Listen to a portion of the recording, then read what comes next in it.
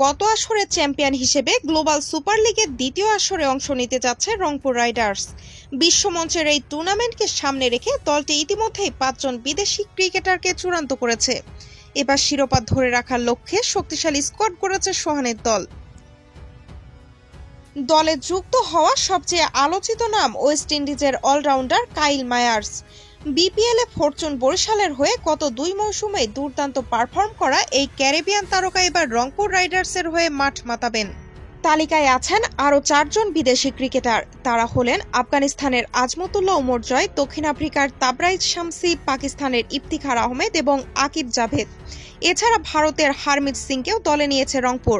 আরও 2 বিদেশি ক্রিকেটারের সঙ্গে আলোচনা চলছে বলে জানিয়েছে রংপুর ফ্র্যাঞ্চাইজির প্রধান নির্বাহী ইশতিয়াক সাদিক। তবে বিদেশি ক্রিকেটারদের নিশ্চিত করতে পারলেও দেশি খেলোয়াড়দের পাওয়া নিয়ে বিপাকে পড়েছে রংপুর। কারণ জিএসএল টুর্নামেন্ট চলাকালে বাংলাদেশ জাতীয় দল শ্রীলঙ্কা ও পাকিস্তানের বিপক্ষে দ্বিপাক্ষিক সিরিজে ব্যস্ত থাকবে। এতে করে শীর্ষস্থানীয় দেশি ক্রিকেটারদের পাওয়া কঠিন হবে রংপুরের জন্য।